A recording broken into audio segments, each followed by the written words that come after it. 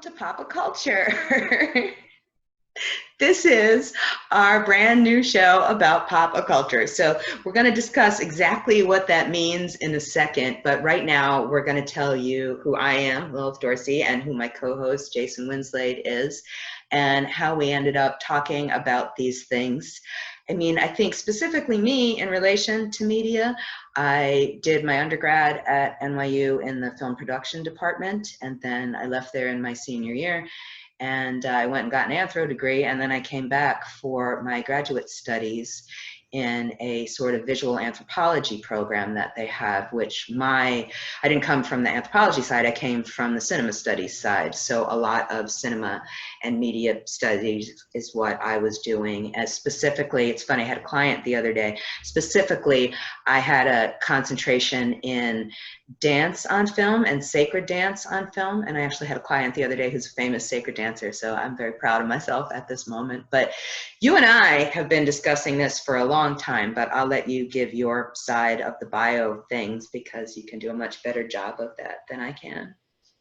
Well, I've been doing stuff like this for a while in the academic field and in the, sort of community sense as well. But I get my degree at Northwestern in performance studies, my PhD, and part of my work in that was looking at occult communities and specifically initiation rituals. But as a lifelong, pop culture geek, of course, it didn't take long for me to start looking into how this stuff manifested in pop culture. And even though it didn't make it into my dissertation, there was a whole area of my work that was about these particular manifestations that wound up getting published and published in a bunch of different journals and books and things like that. And that's sort of like the ironic thing, is that like my main work never got published. It was the side work. So my first work was on one of my first publications was on X-Files and Kabbalah. Another one was on witchcraft and Buffy. That's the one that gets cited the most still to this day, even though this was in the late 90s. People love Buffy. Sorry. Yeah. Yeah. So that's a big part of what I do. And as as somebody who's been involved in the the pagan and occult communities in the Midwest and Chicago particularly for about 25 years, it's just become the air I breathe, at festivals, at conferences, and things like that. And that's where, obviously that's where we came into contact. I was aware of you at Brushwood at Starwood Festival, and then we, ran into each other at a conference, and where I was doing something on Madhouse, the oh, that's right. I forgot that. Fiona Horn. Mm-hmm. Back in 2003, I think. He was on the air in Sci-Fi Channel, whatever. And so I was doing, reality TV and occultism at that conference. And we wound up starting a conversation that's still going to this day. And we decided to make a podcast out of it. And a TV show. A show.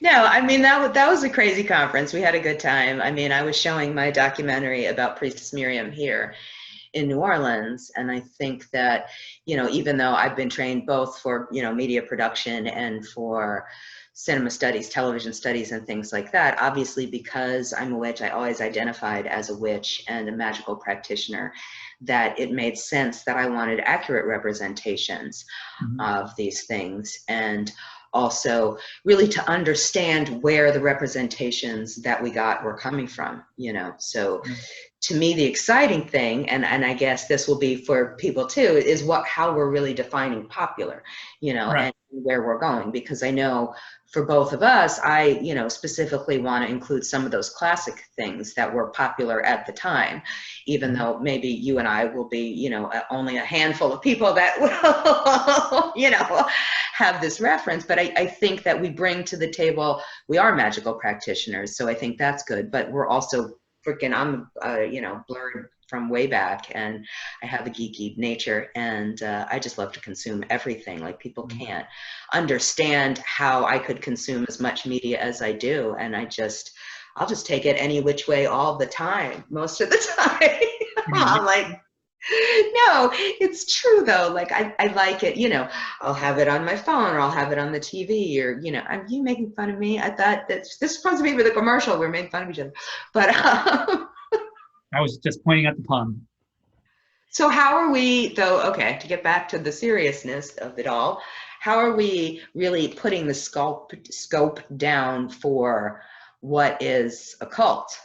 What is, One of the things that came to me was, when I was dissertating in the late 90s, that was when that particular trend was starting with, or was reinvigorating, because it happens every, 10 years or whatever. The Craft had just come out, and and Buffy was on the air. Blair Witch became a thing in '99, and so in performance studies, I was always all about ritual presentation, things like that. So what happens when someone performs a ritual on screen, and it's for a show or a movie?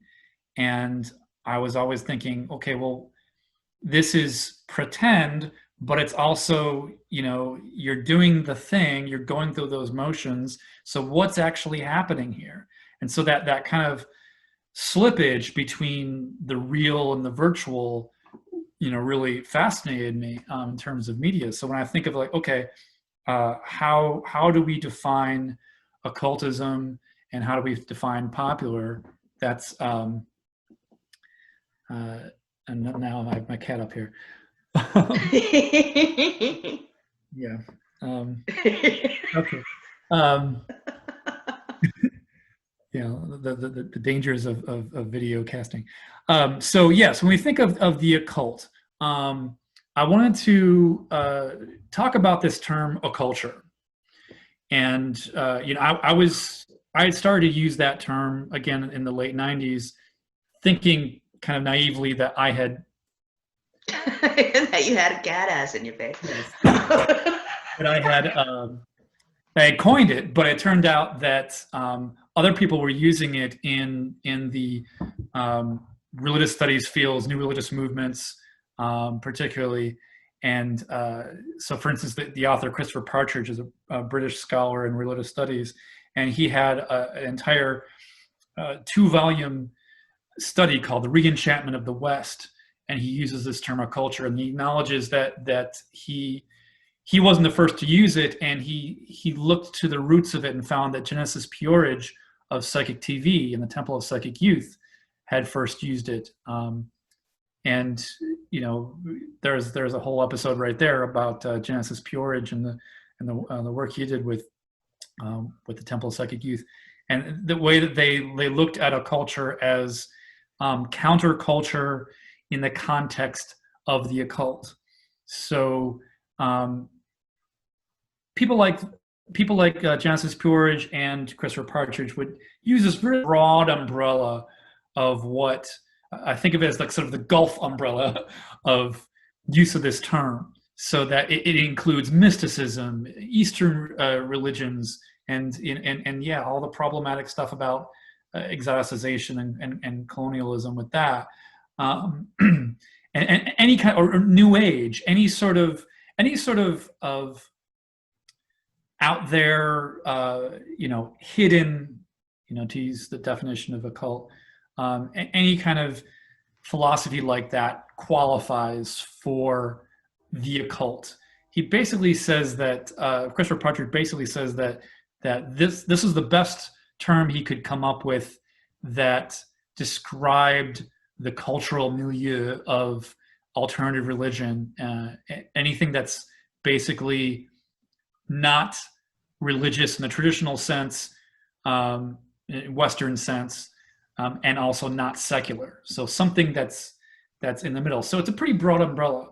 But when I use the term in my studies, it was more about a very specific Western tradition that comes from Hermeticism and the Golden Dawn and Kabbalah into Wicca, and then eventually, what we talk about with paganism. So it's a little bit more of a specific focus. So when we talk about occultism, Right. that's what we're going to cover is Yeah. that, witchcraft and Wicca, but also ceremonial magic and all the stuff that comes from that particular root in Hermeticism.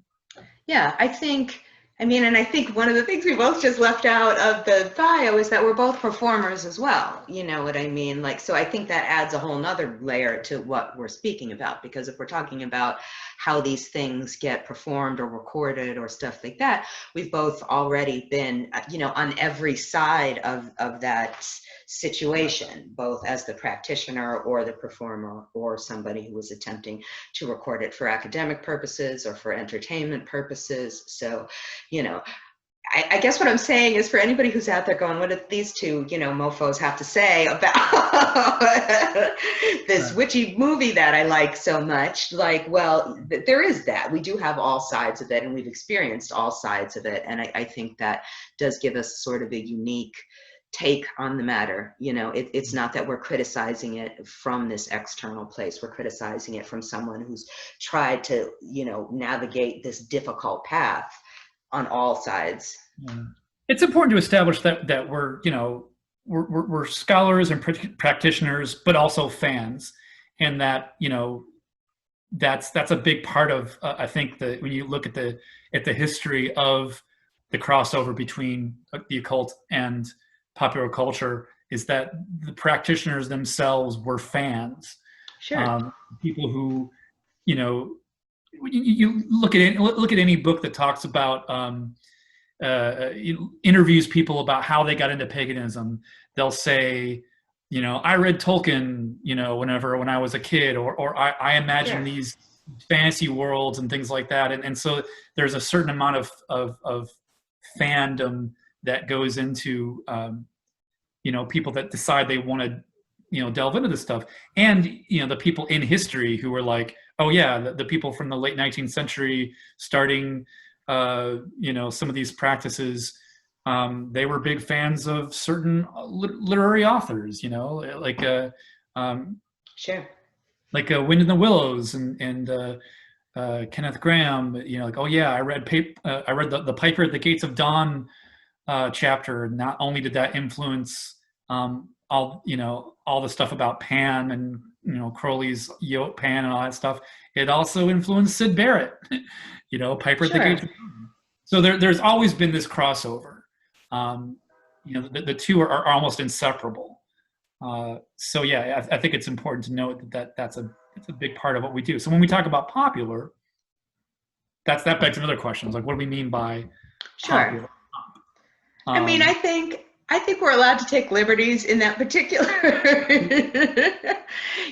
arena, because yes, it might be, like I said, something that is popular with an underground following. And I think this calls back into your occulture definition of it coming from a place of counterculture, coming from a place of resistance, which is what we were talking about. I think is important to me as a, Black person consuming this media, that there is a way in which this allows for a counter narrative, really, I think, in a lot of ways, and also allows us to address some of these issues. And that operates, with witches as a minority or skin color as a minority, it operates that way. So this is something that I'm excited that we can talk about in this way.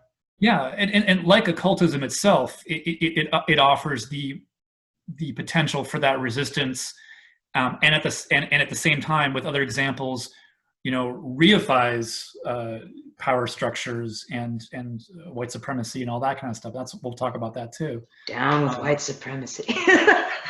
Just the way that like magic, sure. Like magic, like chemistry, it's a neutral thing. I think these manifestations, can go either way. But also, we're mostly going to be talking about media. But, I think it's important to know that occulture kind of encompasses the entirety of the consumerist world of capitalism, whether that's, witch kitsch that you get from Salem, or even like the sort of nostalgic postcards from the early 20th century that would include occult themes in in some tourist areas and things like that. There are all kinds of ways in which popular culture, of course, meant something completely different in an era where media was different.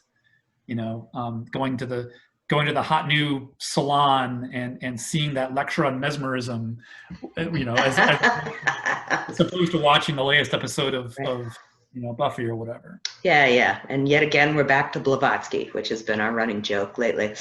But yeah, no, I mean, I've always been a cultural studies person, and it kind of makes me sad that people don't do that kind of work anymore. But my God, kids are always begging me. They make jokes about, like, you've got the Voodoo Zaps potato chips or something, you know what I mean?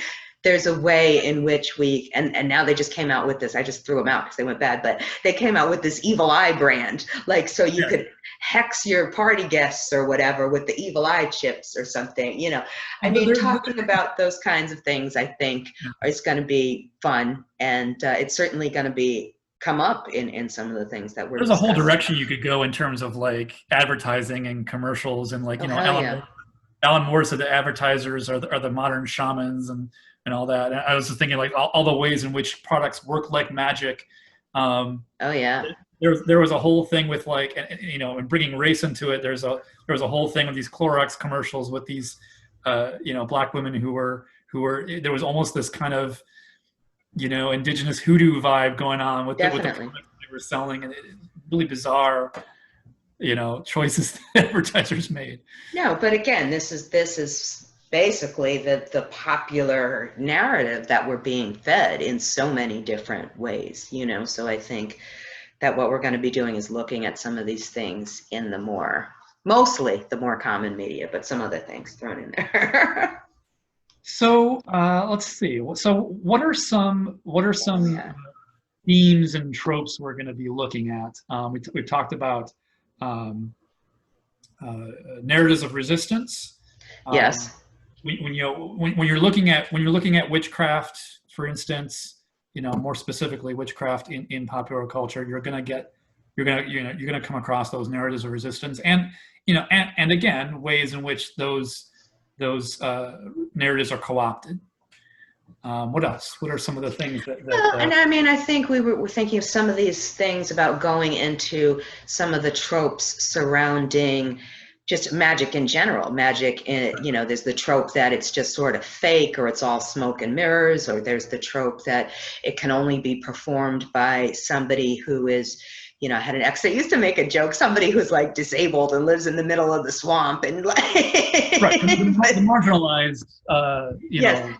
This kind of, sort of disabled on every different level. You know what I mean? They're handicapped because of color, or they're handicapped because of not actual magical ability, but they're handicapped because of physical ability, mental ability, just geographic location, they're handicapped in that way. So that, I think, is one of the tropes that I really wanted to look at, and then I also, I guess, sort of, this whole kind of, you talked about occult literal meaning of it being secret. I wanted to look into some of these things that are very sexualized tropes, which obviously you get in all levels of of people dealing with witch, but there's this sense of the forbidden and the naughty and the hypersexual in a way, and I think, that's, I want to call it, like, the Lilith factor, but, like, there's this fact that there's that's what I'm gonna call the show. Yeah, there's just this insane kind of, dangerous sensuality that gets associated with it, and it gets the figure of the witch, no matter what gender that they're going into it as, so I wanted to look at some of that. And I'm also fascinated by almost the counter trope to that, the way in which, since I haven't looked at it that deeply yet, but I'm sure it was done before Buffy, but, like, since Buffy and other sort of fantasy sci-fi shows in which magic is more accessible, and that it becomes so popular that almost anybody could do it. Like Aleister Crowley is like, magic is for all. Yes. And that you get themes and tropes, like I was thinking in the you know, based on the way that we consume fairy tales, and when that show Once Upon a Time was on, about how it was always like, you know, with magic there's a price, and it's like it becomes a cliche thing that, like, oh yeah, anybody could do magic, but not everybody can deal with the consequences or whatever. Sure. There's this egalitarianism that comes up around it, and of course, again, you could talk about race with that. Is like, is that code for, like, now white people can do it, or Right. that kind of. Right. I mean, I always call that the Twilight Zone effect. You know what I mean? Because it could be the little boy puts the 5-cent piece in the machine, and then, like, the devil starts talking to him or something, Right. Like, it really is accessible. Even a child can do it, like those old commercials, Well, and it speaks to how pervasive it is in our culture. Not just, and this is one of the things when I was teaching courses on it, that I would always tell my students, like, this is our bread and butter here. The way that things as innocuous as grade levels in school can be traced back to mystery schools and all these things that are part of like the initiatory structures of right. of institutions, of Western institutions, whether it's the military or higher learning, or any kind of cultural structure. Just the way that these occult ideas are so part of our world that we don't even think of them as occult anymore. Sure. And it's sort of like it's sort of like the greatest trick the devil ever pulled is getting people to think he doesn't exist, type of thing. It's like this is so much a part of who we are as a society, and so, like, all the ways in which those those media pieces will expose, oh yeah, just under the surface of this rational thing is the irrational. Yeah, I think so. I was like, did we cover our conclusion? I don't know. Right. So are we? How are we doing on time? I don't know. Have we timed it? I wasn't paying attention. It doesn't time it. No, but I mean, I think we did talk about some of the things that we were going to cover and that we're really excited about covering, which that's what I really wanted people to know in the first episode. I had a friend over here the other day talking about Holy Mountain, and they were like, oh my gosh, you're going to talk about Holy Mountain. I was like, yes, of course we're going to talk about Holy Mountain, because there's things that are more rare, like I said, but I think have come to such an extent. Like, if you think about a tarot film, that's the film you think about. Right. And he was so influential on Magick that it's just, going back to the 60s and before, that I really want to talk about Jodorowsky, and that makes me excited. I don't know what makes you excited. Yeah. There's certain things that there are certain classics that we can't not talk about. And I was thinking about how, when I first got into, personally got into the pagan world, living in Michigan, when I was getting my master's at U of M, I was basically given a copy of the Golden Bough, like a paperback copy, and then we watched Wicker Man, and it was a ritualized viewing. It was a very bizarre thing where I was told to cover my head when the god appears in Wicker Man. So the way that I was exposed to this stuff was through this pop culture feedback loop. And this is one of the things I've talked about in some of my other work, where the Golden Bough, what we know about it today is that it was mostly made up. I was going to say, it's bullcrap. Yep. Right. But because it was so popular, again, pop culture, it was so popular among lay readers that practitioners would incorporate that stuff into their works, so it then becomes real. Yeah. And I it's think like the hyper real, right? Like, yeah, exactly. I think that's how a lot of stuff that we're like, oh yeah, well that's you can look at that ritual practice and say, oh yeah, that that's a thing that somebody saw in a movie that, even though it was made up, it's now real because we've made it real. Sure. And I mean, just like you know, if you've read Umberto Eco's Foucault's Pendulum, which is a great bit of you know, literature, pop culture, you know, the whole idea that like, oh yeah, if you make something up, and this is basically what the Golden Dawn is, really, when you think about it. If you make something up, Ooh, controversy. Sorry. well, no, yeah, if you make something up, people will take it seriously, and it'll Sure. become. And of course, that goes down a rabbit hole into, you know, conspiracy theories today and Q and all that kind of stuff. It's like, you know, like you. Yes. It is how the mind works when it comes to occult ideas. And so this feedback loop I think is going to come up a lot too. So we think about, okay, we're going to look at some of these classics, and I think we laid out how going forward we're going to start with the, you know, we're starting in October basically, or towards Hopefully. October. So we're going to talk about witches, and we're going to talk about our first biggest episode is going to be Wizard of Oz, right? So And the Wiz. We're going to talk about that archetype. Sure. And then we're gonna go backwards from crone to mother, then maiden. I think we're gonna have a mother episode where we talk about, you know, mother, where we talk about you know, the practical magic and Witches of Eastwick, yeah. Yeah, and other you know, witch siren tropes. Mm-hmm. And then eventually we'll talk about maiden, you know, the teens, the craft, Buffy, all that stuff. So that's our kind of triple goddess thing as we start. Yes. Episodes, and then we'll probably get weirder from there. That's a given that we're going to get weirder from there. Oh. And we did also what? It's going to get weird. It is going to get weird. I hope it gets weird with, you know, my hope is if we get enough people watching and supporting us and everything, that we can invite some guests on. I'm not going to name any names, but we do, between you and I, have some pretty intense guests that we could ask to have on. And hopefully we'll make it worth everybody's while. Comics, I want to talk music, you know, the range is unlimited. Yeah. All right. Well, I think that's about it. And I think we're just about time. So even though I'm not timing it, but I think we're right about where we should be. Yeah.